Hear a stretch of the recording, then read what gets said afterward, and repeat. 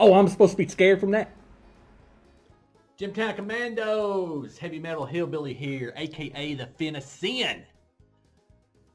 Old Bo Cephas III there at the Dixieland Command has issued another mission for me. Actually, we're working in conjunction with the Bureau of Tourism in Italy right now. And they want me to give a synopsis on some problems they're having with some hillbillies up in the hills there in Italy. And if anyone knows hillbillies, it's this guy right here. I'm the heavy metal hillbilly from Tennessee. We got all the hillbillies. So anyway, the Bureau of Tourism there in Italy's got in contact with the Dixieland Command, and there's some footage going around called A Classic Horror Story. And it's got some things going on. Apparently the tourism committee's a little concerned about some tourists disappearing.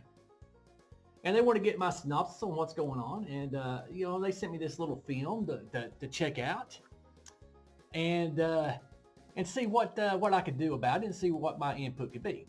So anyway, I checked out this footage called A Classic Horror Story. And what we got is a basic idea of got five strangers. I think it's five strangers. They're all hitching a ride somewhere in a Winnebago type deal, going across Italy. Some of them are going to see their parents. They got a problem they got to deal with. I won't get into that. You'll see that in the footage that I'll send out to all the Gymtown Commandos out there. But other ones, they're trying to get to a wedding. A guy, he's a supposed doctor, trying to make amends with his daughter. And one guy, he's a what they call a vlogger, and he's an aspiring filmmaker. Okay, so all these people are hitching a ride across Italy, trying to reach various destination points. And as I'm watching this, you got some people that are the typical, you don't like them and things like that. And some of them, are more likable than others. So anyway, they're going across country. You got a Brit there named Mark, and he's a little obnoxious, but that's why we kicked them out of the US of A. Brits are obnoxious with their taxes and tea. We got them out of there. So anyway, they're driving along, and he gets a little upset that it's going too slow. So he's been drinking a few Heinekens or whatever, they drink in Britain, I guess, to get a buzz. And he decides to take driving responsibilities upon himself. So they're driving in the middle of the night, and they see a dead animal in the road. He veers off course. The filmmaker, Italian guy, he grabs the wheel, and they basically go off the road and hit a tree. All right.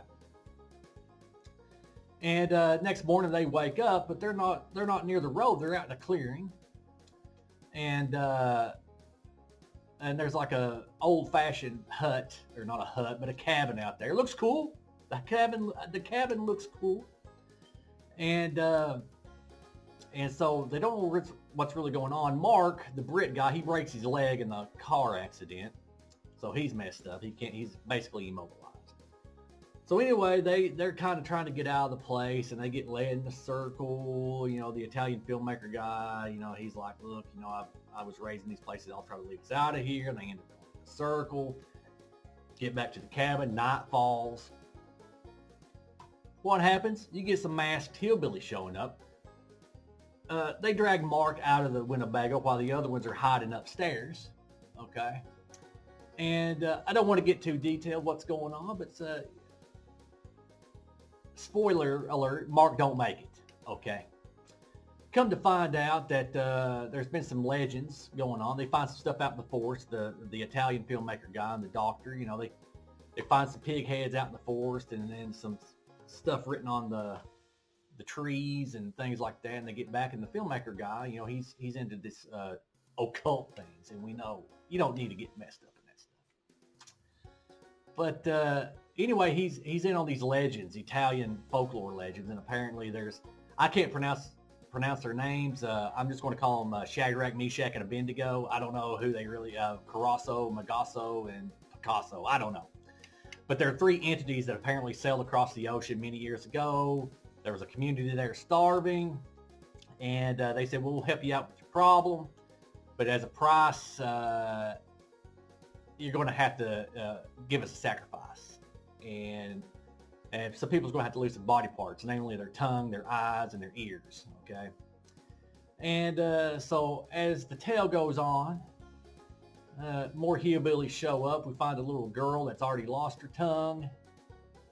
Girl tries to help her, one of the other characters.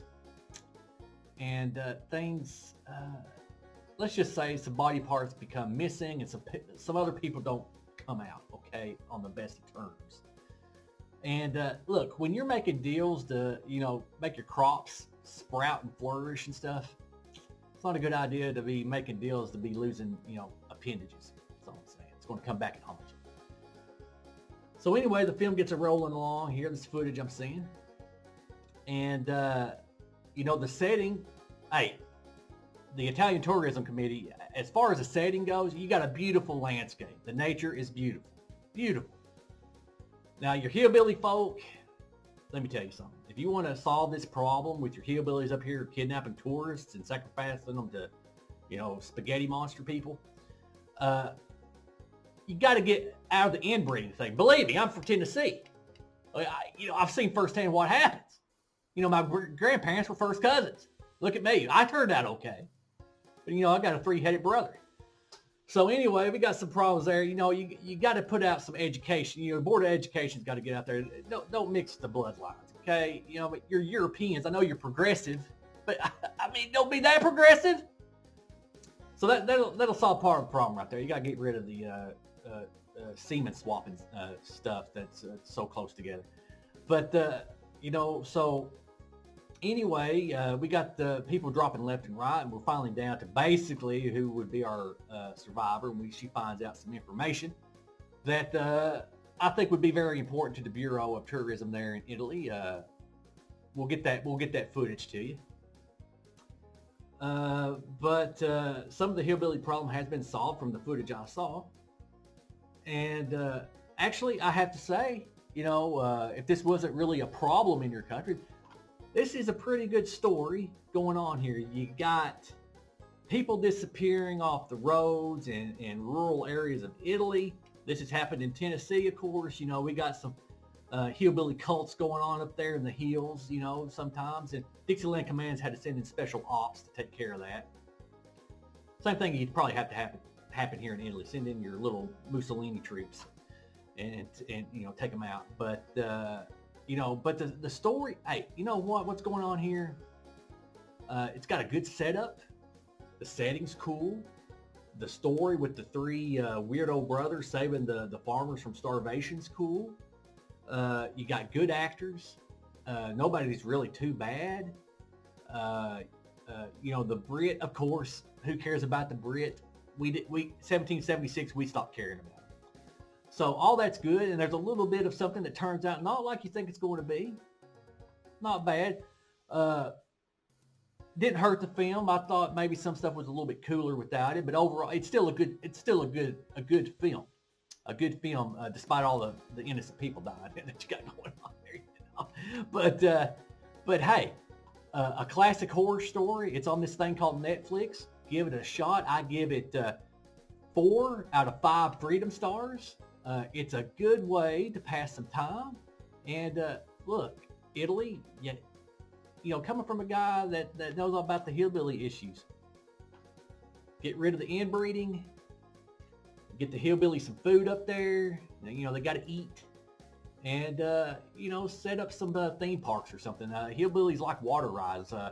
Opryland there in Tennessee, man, we love Screaming Delta Demon roller coaster and the Grizzly River Rampage, man. You get that going up there in Italy, you won't have no more disappearing tourists.